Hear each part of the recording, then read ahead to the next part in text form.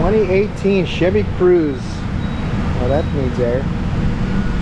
Customer states, I want a transmission service. I don't want to hear it. I'm not paying for no diagnosis. You guys are gonna rip me off. Just service my transmission because it's shifting funny.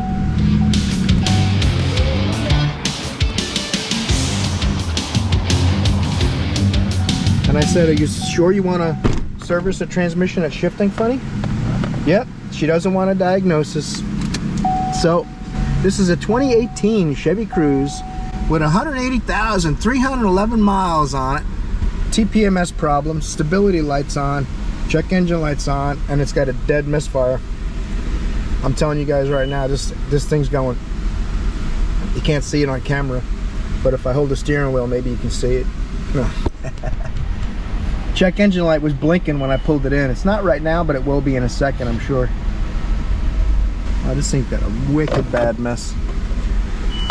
So this is the point where the customer says, customer request transmission service declines diagnostic on intermittent transmission issue of shifting problem. I don't know if you can see that. The GoPro's not good with up close. So I got two choices right now. I either service the transmission and don't say anything, or I tell them it needs a diagnosis that she doesn't want. So what do? I'm gonna at least go up front and try. This is my plan, bear with me. I'm gonna try to let them know it's got an engine performance problem. You shouldn't spend money on a transmission service with 180,000 miles, it's never been serviced, and a misfire. And I'll see what they say. And if we come back and I'm doing a transmission service, you know the answer.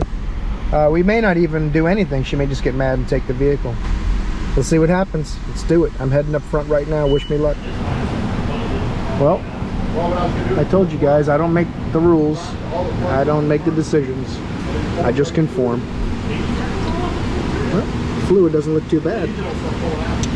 I got a hunch it's overfilled a couple quarts.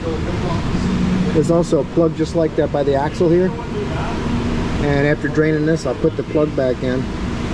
The fill cap is on top with it. It's the vent and fill. Has a rubber hose on it. You pull that off, put about 4 quarts in, start the engine, and then you pull this plug out on the side with the engine running only, because of the overfill. If the engine's not running, the pump has to be circulating fluid, so it lowers the level.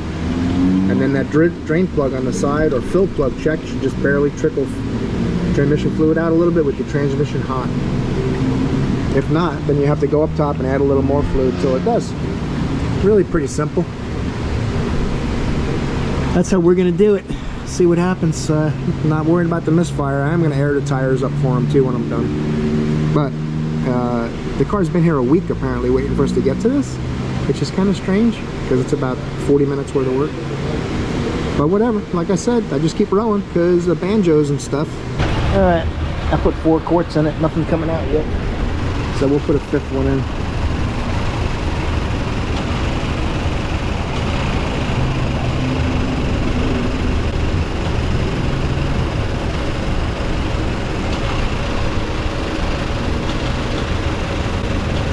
You can't overfill it, it'll just drip out the fill check hole. Oh, there it comes. Now we'll just let that go down to a trickle, put the plug back in, and we're good. Look how good that thing runs.